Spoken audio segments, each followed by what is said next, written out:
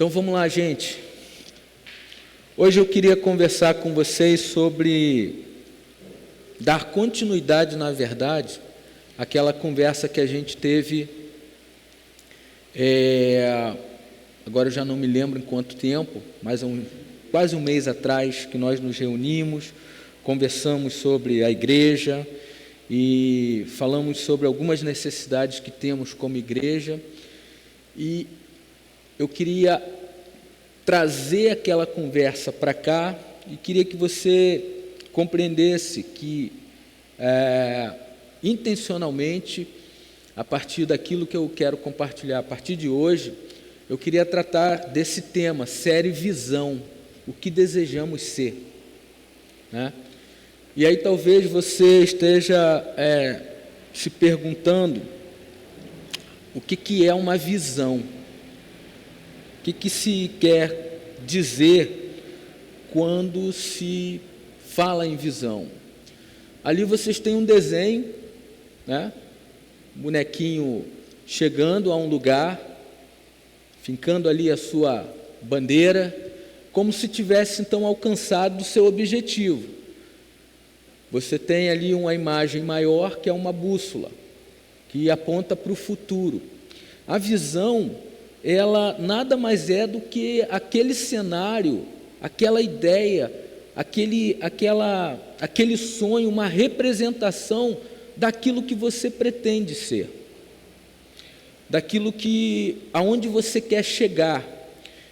E como eu venho falando já há algum tempo sobre ser discípulo, fazer discípulo, eu construí um pensamento que não é um pensamento meu.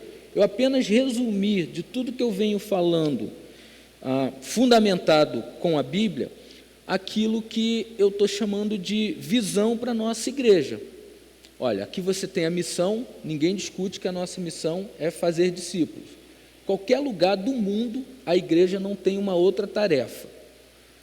Nós somos chamados para fazer o evento tal, a situação tal, funcionar da seguinte maneira. Se como missão a coisa for só fazer o evento, a igreja não está cumprindo a sua missão. Então a nossa missão, isso é base daquilo que eu já venho conversando, é dar continuidade à obra de Jesus, atrair os homens para Cristo, ensiná-los a guardar e obedecer suas palavras, para que tanto nós como aqueles com quem a gente se relacione, venha se relacionar, se tornem pequenos cristos, que nada mais, nada menos é a ideia de ser semelhantes a Cristo. Vocês sabem que quando, pela primeira vez, os discípulos foram chamados de cristãos, foi justamente por reproduzirem, nos contextos onde se encontravam, traços da vida de Jesus. Eles eram tão parecidos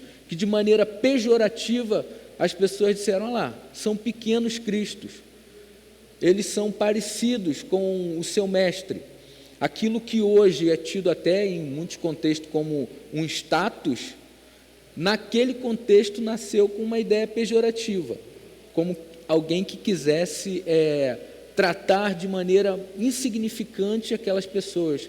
São só pequenos cristos, imitação deles, o que é bom. Então, para fazer a missão, a gente tem que imitar a Cristo. E ele disse que nós deveríamos pregar o Evangelho como ele pregou, ensinar o que ele ensinou, batizar, para que o reino de Deus, então, se expandisse e crescesse. E aí vem a ideia, essa é a missão. A visão é, em alguma medida, como é que eu vou cumprir essa missão. Então, a visão, com base naquilo que a gente vem conversando, e eu construí esse pensamento, é ser uma igreja que usa seus relacionamentos, que através de relacionamentos e ações intencionais, preste atenção que existem ali palavras-chave, vive a missão. E você já sabe ali que uma das coisas que a gente tem como base é amar a Deus, o próximo, servir a todos e celebrar também o cumprimento dessa missão. Deixa eu pegar um gancho naquilo que a Geise acabou de comentar, falando sobre a importância da participação das mulheres, né, da igreja, naquilo que vai acontecer no próximo sábado. Tem a ver com ser igreja, tem a ver com intenção, tem a ver com disponibilidade, tem a ver com envolvimento, tem a ver com viver a missão, tem a ver com serviço, tem a ver com amar a Deus, tem a ver com amar o próximo. Então, o teste daquilo ali, ou aquilo ali vai servir para guiar os nossos passos. Tudo aquilo que você pensa em fazer deve levar em conta aquilo que vai estar ligado a essa ideia da visão. Então, por exemplo, o que dali vocês acham que hoje não é uma realidade na vida de vocês, ou da igreja como um todo? Tem alguma coisa ali que vocês acham, isso aqui nós não estamos indo tão bem, né? Você não precisa responder publicamente, mas assim, então, mas eu tenho a referência para onde ir, eu preciso me tornar aquilo, eu preciso chegar naquele lugar, né? E aí eu queria, a partir de hoje, trazer essa ideia da visão, e eu vou começar a destrinchar isso ali, as expressões-chave, uma por uma. Hoje eu quero falar sobre ser igreja, e aí eu quero convidar você a abrir sua Bíblia na primeira carta de Paulo aos Coríntios, no capítulo 12. Mais para frente, e com outras variações de propagação dessa ideia, a gente vai tomando mais conhecimento e discernimento dessa ideia da visão, de onde se quer chegar. Mas eu quero começar hoje falando sobre ser igreja. Se abra em 1 Coríntios, capítulo de número 12. Vamos ler o versículo 12 inicialmente.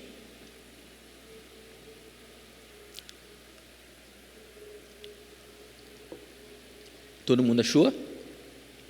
Primeira carta de Paulo aos Coríntios, capítulo 12, versículo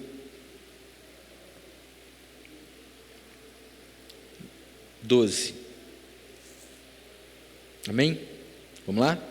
Então diz assim a palavra do Senhor: Cristo é como um corpo, o qual tem muitas partes, e todas as partes, mesmo sendo muitas, formam um só corpo.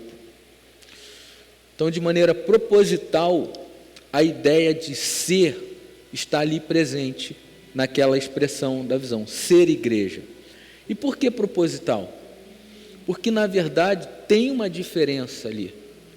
A ideia de ser, ela está atrelada à ideia de existir, à ideia de viver, à ideia de existência. A gente vive num tempo, e nós somos muito influenciados por isso, a gente vive num tempo em que ser igreja não necessariamente está atrelada à ideia de ser enquanto alguém que encarna, que vive. Igreja é um lugar onde alguém vai. Não é assim que, de modo geral, as pessoas pensam? Igreja é onde? É aqui porque tem um prédio com uma placa. Igreja é um lugar onde eu me associo a um grupo, é um ajuntamento. Em certo sentido, isso é bíblico, porque a igreja é chamada de assembleia, né? A eclesia. Mas não é só isso.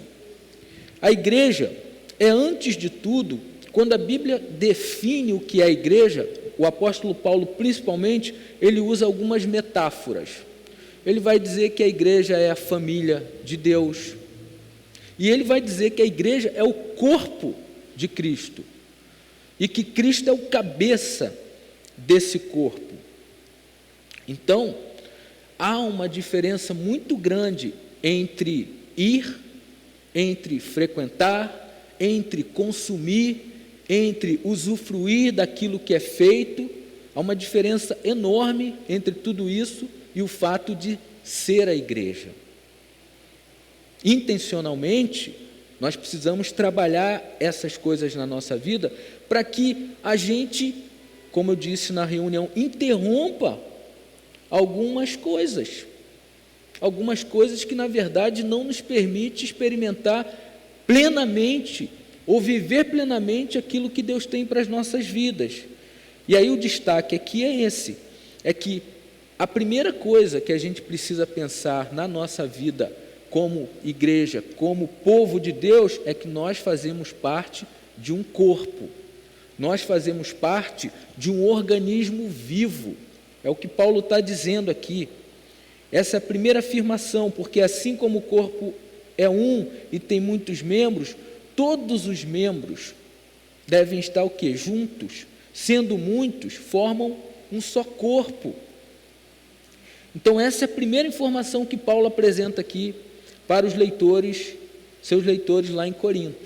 E vocês se lembram, principalmente você que tem frequentado, tem participado dos nossos grupos de estudo, que a igreja de Corinto, ela era uma igreja orgulhosa, era uma igreja, ou pelo menos alguns, se julgavam melhores do que outros, alguns se colocavam acima de outros, e na verdade, o que Paulo está dizendo para aquele grupo, e isso ele vai fazer dentro do contexto do capítulo 12, em que os dons, eles são destacados, os dons espirituais, ele vai dizer que, na verdade, nós somos parte de um todo, e como parte desse todo, embora sejamos diferentes, todos são importantes. E isso aponta para o envolvimento, e isso aponta para o senso de pertencimento. Então percebe que é mais do que ir a algum lugar, mais do que consumir alguma coisa, mais do que consumir música religiosa, mais do que consumir eventos, atividades. Ser é orgânico. É orgânico. Vocês sabem que eu gosto muito de futebol, né? Não vou falar o meu time aqui porque todo mundo já sabe, mas eu queria trazer para vocês aqui uma ideia de um time de futebol. Cada jogador tem uma função, né? O goleiro fica lá debaixo da trave, é aquele cara que é o último defensor ali da linha de defesa, vai passando por todo mundo, tal, aí tem zagueiro, tem meio de campo, tem atacante e tal, ele é o defensor. Então, se por alguma razão ele fez alguma coisa e foi expulso, né, o que acontece, não sei se vocês estão familiarizados com futebol, em alguma medida acho que sim, aí vai para o gol, às vezes alguém, da linha, substitui lá para um cara que não tem o hábito de... Já fizeram todas as substituições, aí vai para o gol, um cara, por exemplo, que tem a minha altura, aí a trave é altona, mas foi o que sobrou, tem que botar alguém lá no gol. O que vai acontecer? A defesa não vai funcionar bem. Se você perde um atacante, você não consegue fazer gol com a facilidade que um atacante faz. Um zagueiro pode fazer? Pode, mas é mais difícil. O que eu estou querendo destacar é a ênfase do todo. Um time de futebol é feito de vários componentes e que cumprem papéis diferentes. Então, o que Paulo está dizendo aqui é que nós somos parte de um todo e que cumprimos papéis diferentes. E que o importante é que cada um descubra o que tem que ser feito, o que foi chamado para fazer, como ele deve funcionar dentro do corpo. Porque não tem como o corpo ter saúde se você tem membros que não cumprem bem o seu papel. Eu lembro de um amigo lá do trabalho, quando ele descobriu que tinha diabetes e teve que amputar uma pequena parte do pé dele. Mas assim, era alguma coisa pequena. Que aí você olha, né, o corpo inteiro e tal, por causa daquela pequena parte que teve que amputar, alguma coisa tipo ali, o dedo mindinho ali, no pé. menor dedo, ele passou a utilizar uma bengala porque ele não tinha mais equilíbrio para andar normalmente como fazia antes. Então, dentro de um todo,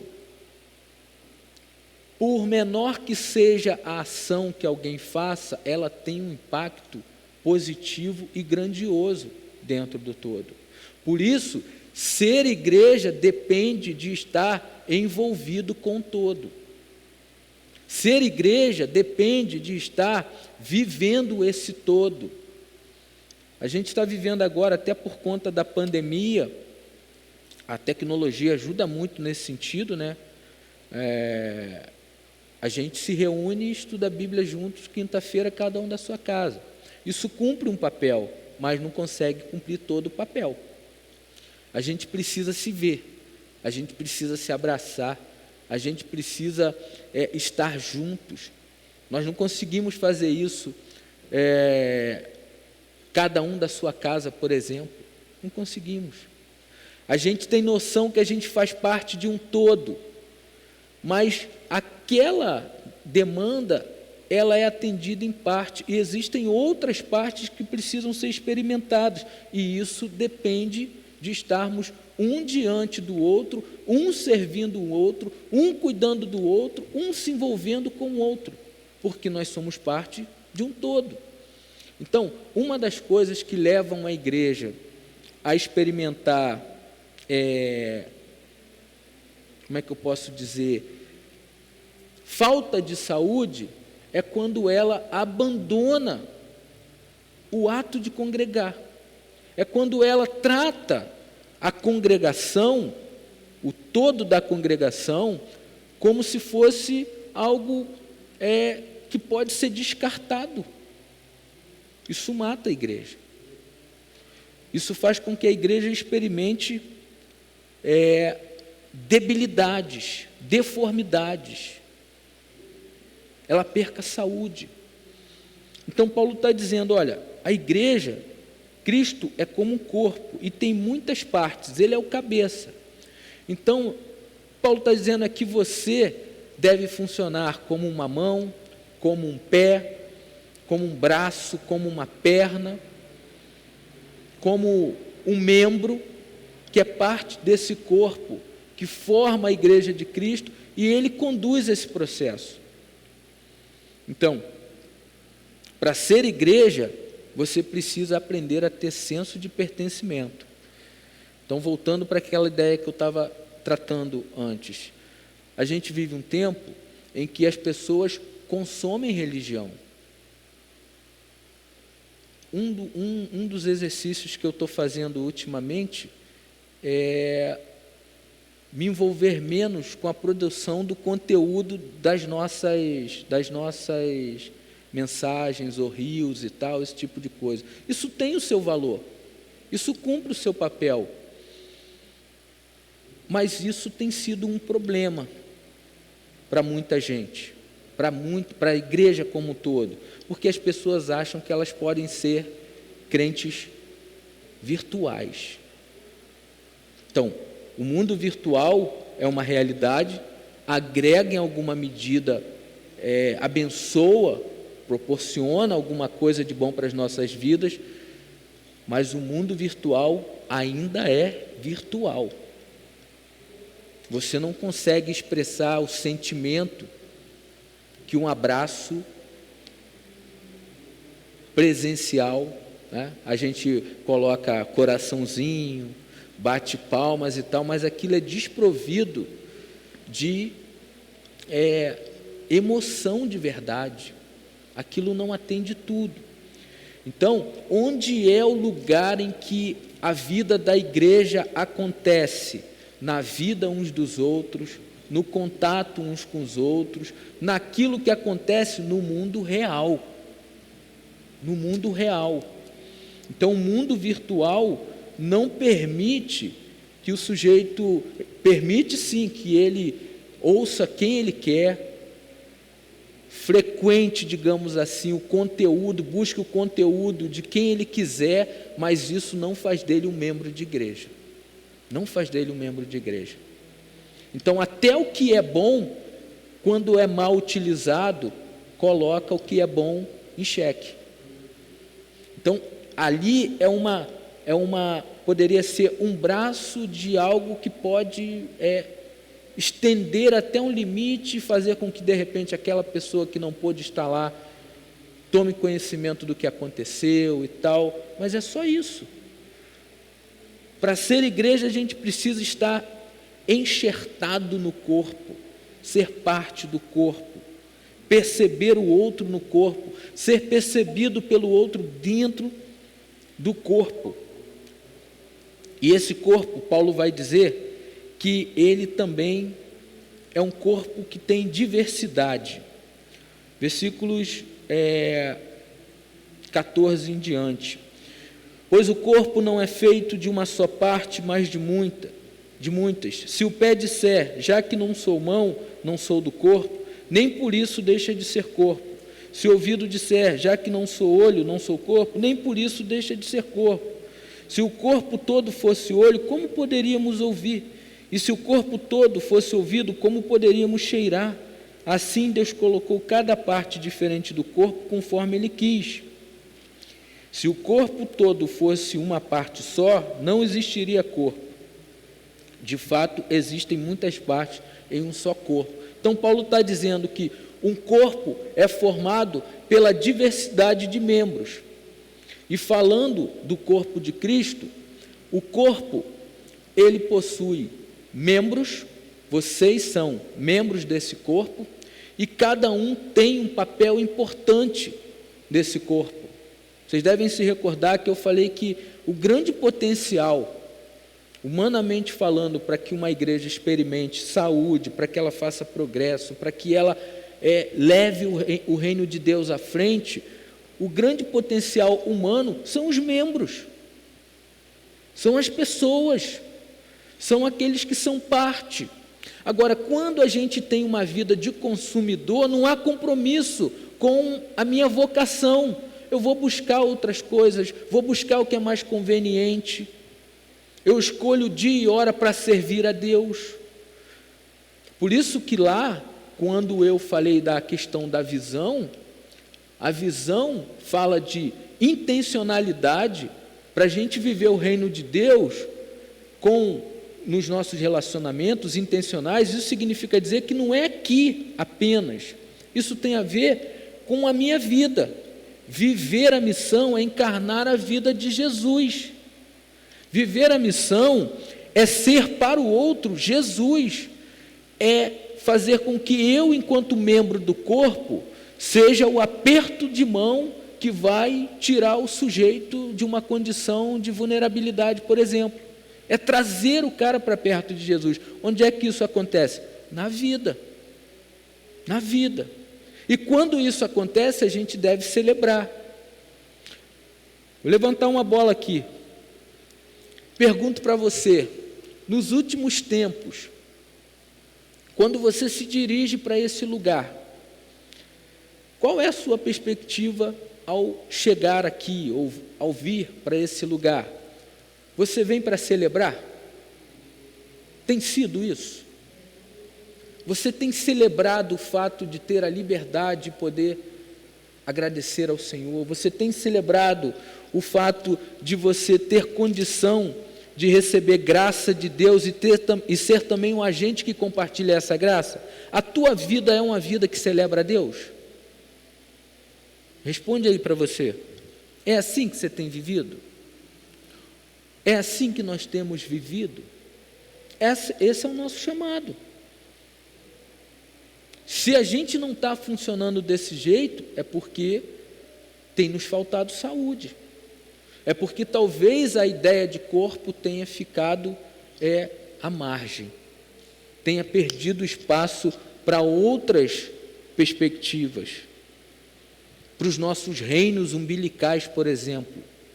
O reino de Deus, né? Nós somos chamados para ser cidadãos do reino de Deus, mas nós estamos muito mais comprometidos com os nossos reinos umbilical. Cada um quer aquilo que é conveniente. Aí chama Deus, resolve aqui para mim. Isso não tem nada a ver com a missão de Deus. Isso não tem nada a ver com ser igreja. Isso não tem nada a ver com ser vivo. Isso é alguém que experimenta uma vida inativa, infrutífera, uma vida que não está conectada ao poder e graça. Pode perceber, todo mundo que não experimenta o poder de Deus, elege alguém para ser o seu tutor, a sua mulher de oração, o seu terapeuta, o seu sei lá o quê, enquanto ela vive passivamente. Ela não entendeu qual é o papel dela ainda. Em alguma medida a gente podia até dizer que faz sentido. Agora, viver assim para sempre tem alguma coisa errada. Esse membro vai comprometer o todo do corpo. Esse membro vai comprometer o todo do corpo.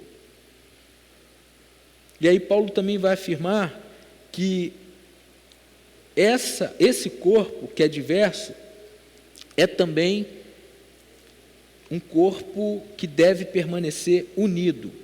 Versículo de número 21. O olho não pode dizer à mão, não tenho necessidade de ti, nem ainda a cabeça aos pés, nem tenho necessidade de vós. Então o que Paulo está dizendo? Presta atenção, quando eu abandono a ideia de viver enquanto comunidade, quando eu relativizo o fato de pertencer a uma família de Deus, ou ao corpo de Cristo, eu estou dizendo para você, eu não preciso de você. Entendeu? Quando a gente trata o ser igreja, no mundo individualista como o nosso, onde cada um está preocupado, vocês já perceberam a quantidade de lugares que existem aqui no Recreio, que proporcionam entretenimento? Vou deixar de fora a orla, porque esse é o mais democrático, né? A praia é de graça. Mas a quantidade de shoppings que a gente tem, e eu não estou dizendo que isso é problema, não. A quantidade de oportunidades que a gente tem de frequentar lugares, de usar esses espaços para convivência, tudo isso é bom. Mas vocês já perceberam como, quanto mais opções a gente tem, mais distraídos a gente vive? E menos as nossas escolhas, elas são assertivas. Você para lá no negócio lá naquelas gôndolas de um self-service, é tanta coisa que você não sabe o que. Aí no final você fica, peraí, eu vou para o mais básico, aí você vai no arroz, no feijão. É tanta coisa que você fica perdido, se distrai. Nós temos experimentado isso como igreja no Brasil. Há tanto movimento. E a gente às vezes acha que, não, isso não afeta a gente. Afeta sim, afeta. Afeta porque nós estamos inseridos nessa sociedade, nessa cultura. Isso afeta a gente em alguma medida. E aí Paulo está dizendo, olha, se eu digo para o outro, portanto, o olho não pode dizer para a mão, eu não preciso de você, a cabeça não pode dizer para os pés, eu não preciso de vocês. Isso estava acontecendo naquela igreja. Então, à medida que a gente negligencia o fato de ser corpo de Cristo, mesmo que você não diga, eu não preciso de você, veladamente é o que está acontecendo. Mesmo que você não afirme em alto e bom som, suas palavras ou sua atitude está dizendo isso para os outros. Nós não precisamos disso. Nós não precisamos de igreja. Já há esse movimento. Muitos cristãos dizendo, nós não precisamos congregar, nós não precisamos participar, nós não precisamos nos envolver. Mas como assim? Você não é parte de um todo? Não, eu posso ser igreja sozinho.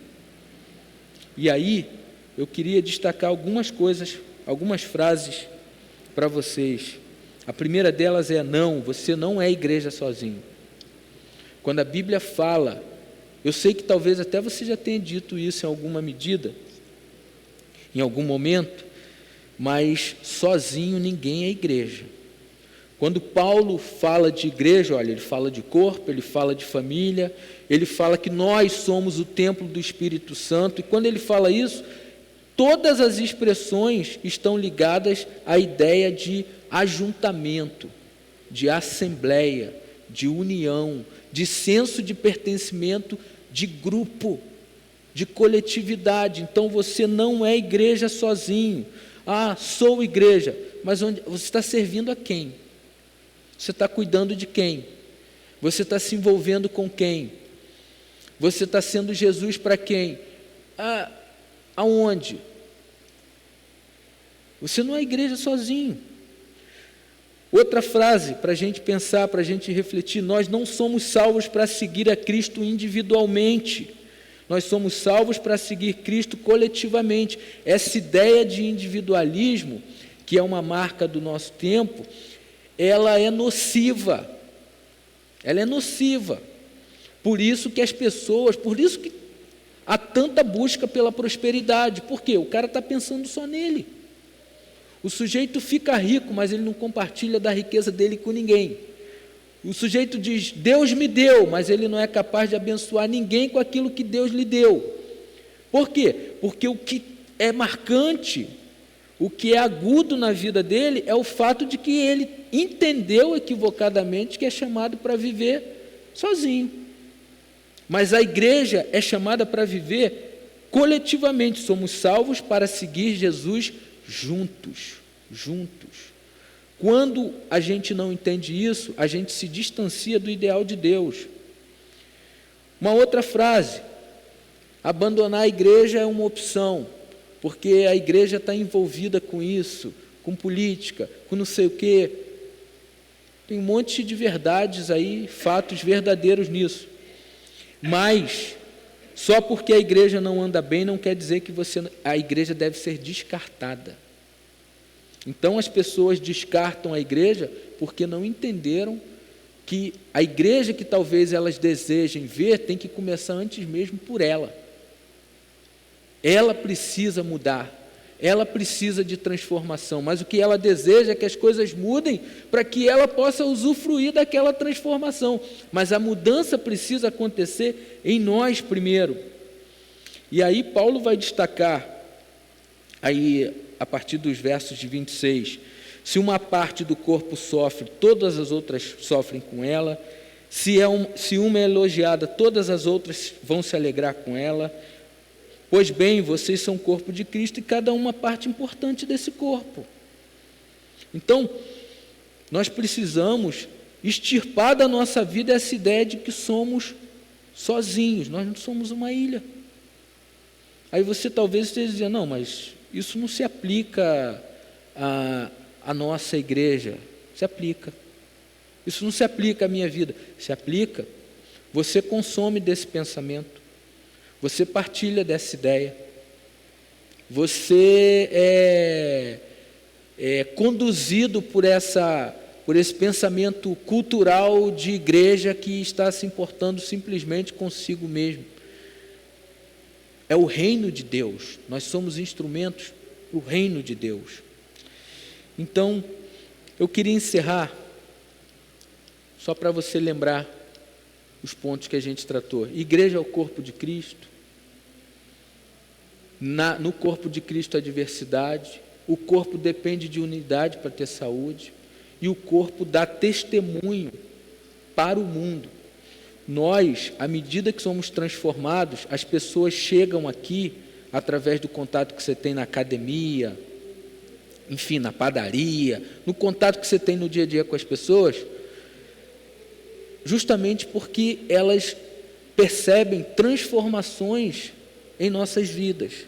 Então a igreja é o corpo que mostra saúde para o mundo que não tem saúde.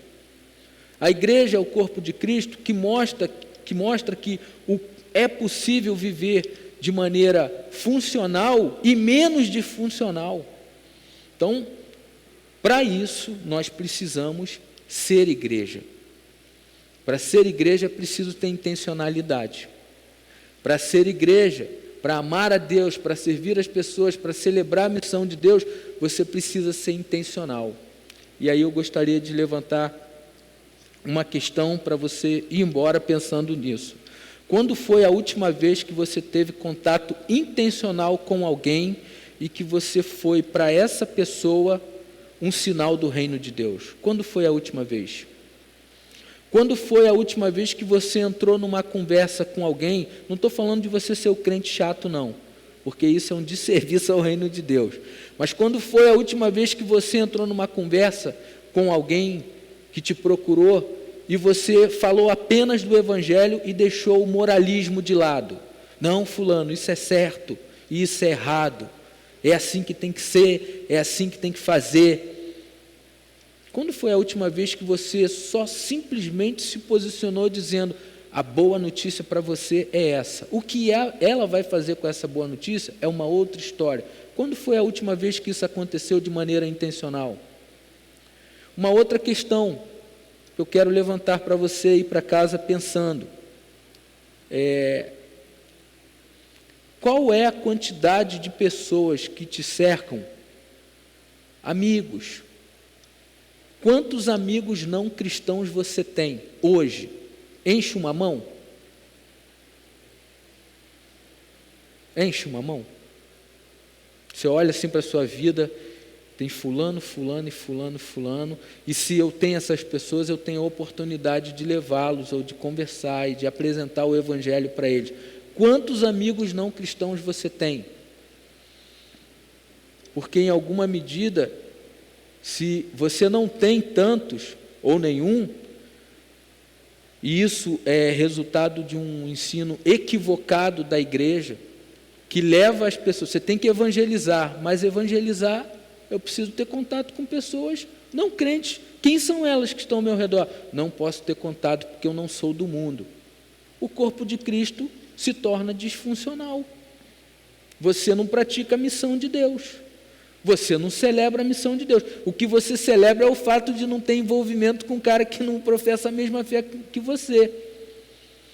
E eu afirmo, você está pecando. Por que razão? Porque você está deixando de levar a boa notícia que impactou a sua vida. Você está deixando de dizer para o outro que a vida pode ser boa porque Jesus é alguém que pode transformar a realidade dessa pessoa. Então, essa é uma perspectiva de que cada um fica preocupado consigo mesmo. Cada um está preocupado em viver dentro do seu quadradinho, com medo, para não sofrer pane diante de uma possibilidade de ouvir alguma coisa e não gostar, de falar alguma coisa e ter receio de ser rechaçado. A gente precisa ter contato com as pessoas. Isso precisa ser intencional, porque é só assim que a missão de Deus vai ser vivida. Então, eu queria te desafiar, durante essa semana, orar por alguém, orar por uma pessoa, seja intencional, ore por uma pessoa que você traz à sua memória, ou peça ao Senhor, ore por você no sentido de: Senhor, me dá a oportunidade de intencionalmente falar do Evangelho, que o Senhor me permita abrir a boca e o Senhor use o meu testemunho como membro do corpo para que as pessoas conheçam a beleza de pertencer ao teu reino, à tua família e serem enxertadas no corpo de Cristo. Faça isso. Sabe qual é o risco que você vai correr? O risco que você vai correr é de Deus te dar a oportunidade e você ter que ser, de fato, sal da terra, luz do mundo, na vida dessa pessoa. É isso que vai ocorrer. Para isso, você precisa ser intencional. Nós precisamos inverter a lógica. A maioria da igreja brasileira vive no século XX. Nós estamos no século XXI. Nós precisamos inverter uma lógica que funcionou durante um tempo, mas que não funciona mais. Nós, inclusive, no nosso contexto, obtivemos a bênção de ter esse lugar como resultado disso que funcionava. Construa, que as pessoas virão. Elas não virão mais, porque tem algo estabelecido, construído. Porque isso foi uma inversão da lógica do que Jesus apresentou. Vão vocês e façam discípulos.